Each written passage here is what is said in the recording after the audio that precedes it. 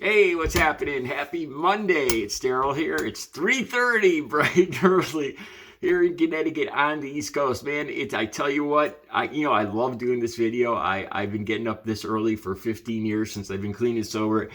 And I got to tell you, at this particular time of year, it's not easy, man. There's over a foot of snow, about 14 inches of snow outside, wind. Still, it hasn't gone over 25 degrees here in it seems like weeks, but it's only been days. I had to put air in all my tires yesterday.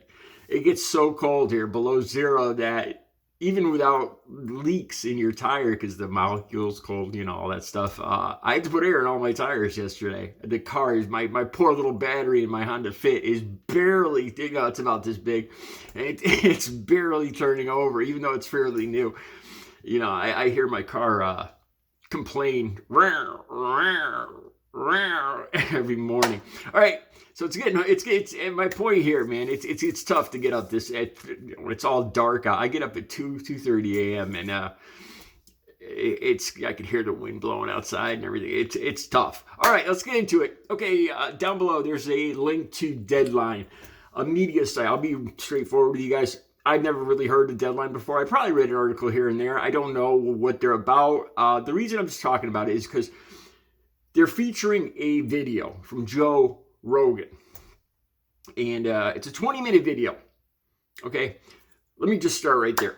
Okay, I watched the video. And I don't know how to say this. I know a lot of you feel like I do. You're not fans of Joe Rogan. Look, I think we all have this right off the bat. There's a lot of people that just do not like me. I read the comments. Believe me, I read the comments. And, there's people out there that I'll say, if I say the sun, the sun is yellow, they'll say, no, it's not. If I say black is black, they'll say, no, black is white.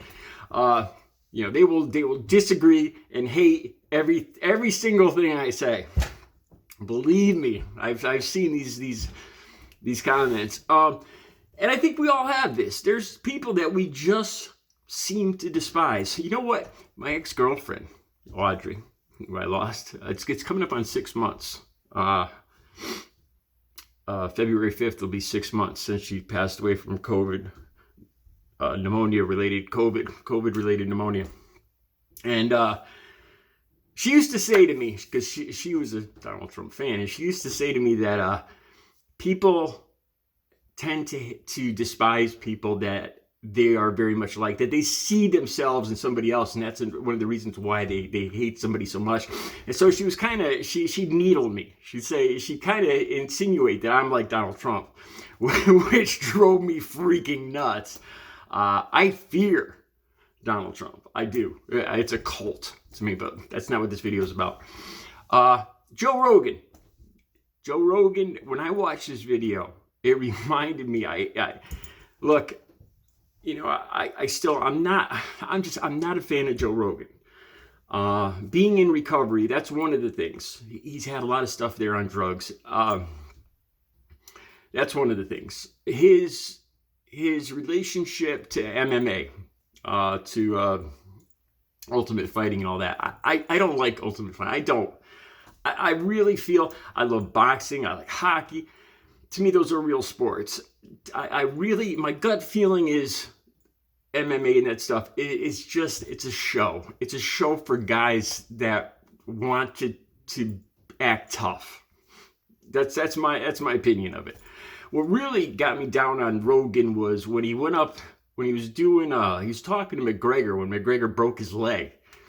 And, it was just bizarre. McGregor was laying there with a broken leg. And if I remember correctly, that's when McGregor was threatening the other guy's family and kids, wife and kids, as he's laying there with a broken leg. And Rogan is giving him the microphone for all of this, being part of it. That right there made me lose a lot of what little respect I had for Joe Rogan. Here's another thing. I used to but I used to like his character in news radio. Most of you guys watching this, most of you people, guys and girls watching this, are probably around, I look at my stats, and a lot of you are around my age, so you probably remember news radio. he was funny. He was funny on there. I think he had a lot of similarities to who he really is now. Okay, the video. Now, if you watch the video, when I watched this video, I really urge you guys to watch the video. I almost shut it off because it's about 10, 15 minutes long. It reminded me a lot of me. He likes to talk to other people. I'm an introvert. That's a difference. But his ideas and his show is a lot like me. I don't know if it didn't seem like this was an act. His whole goal of the show, I think it grew. When I looked at this video, it said he has 14 million followers. I think this just grew. At the end, he talks about how it grew bigger. It almost grew out of his hands. Honestly, it's barely something that he can control. I think that's one of the truest statements that he's put out there. His idea was to get people on with differing ideas and just have conversations with them. Now, one of the things that I don't think he really mentioned is, look, when you do a show like this, you put controversial people on, you do it to get views. If I talk about, I know the boring stuff. I know if I talk about Biden, if I talk about, I don't know, there's Congress, there's a list of things that just people, it's interesting, but people don't want to see me talk about it on this video. Every time I'll get very few views. The most views I get are controversial stuff that make people, I've told you guys that before. When I pick a topic, it's something that makes me angry. And if it makes me angry or happy or feel strongly about it, it's going to make you guys feel strongly about it when you read the title and you're going to watch it. And that's really the goal of this. I think he kind of skirts around that in this video. His goal was to get views, of course. He paints it as he just wants to have interesting conversations with interesting people and get different opinions. But I really believe it's more than that. It was to become successful. I can't really fault him for that because I do it too. All right, now he talks about, I think he got out of his control. What he's trying to do is get different opinions on there. But the problem with COVID is it's dangerous, and there's so many people listening, and there's so many people being influenced by people that are just not stable. And he has so many, his show has grown to so many viewers. It's got more power, more effect on people than is safe. I don't know how else to say it. He said one of the ways he could do better is to research the topics, to have people on to refute the other people. But the problem with that I have is he talks about 2 doctors he had on there that they're highly acclaimed, highly published. And he said he could do better by having other people on that have we'll call it mainstream opinions that refute their opinions on after. But what that does, it elevates the people that have these incorrect, these obscure, these other views of. He talks about how he gives 3 examples of things we used to think, but they're different now. Like he talks about the coming from a lab. I still don't believe it came from a lab, and the reason I don't believe that is because the first COVID and the whole the wet markets and everything. I really feel, and the biggest one is that it hurt China almost as much as more than the rest of the world. So if it was a weapon, they really screwed the pooch on it. Then he talks about cloth masks. Now, right from the beginning, when I saw it, that's just common sense. He talks about how at first cloth masks were okay, and then we found out they didn't protect you. Look, I think we all kind of knew that cloth masks were more about style and the way you look than protection. It was more about just doing what you're supposed to do and looking good while you do it. I think we all kind of knew that. If you have any common sense, when you saw those masks, when you felt them, you knew that you weren't getting the protection. It was more about style. That's common sense. I don't think anybody thought that cloth masks were just as good as the KN95s or whatever they are. And then he brings up about people getting vaccinated. Back at the beginning, if you said that, he talked about the vaccinations and being able to spread it. And that just comes along. We didn't know how much it protected, and the only way we'd learn that is over time and over experience. So I don't know. He seems sincere.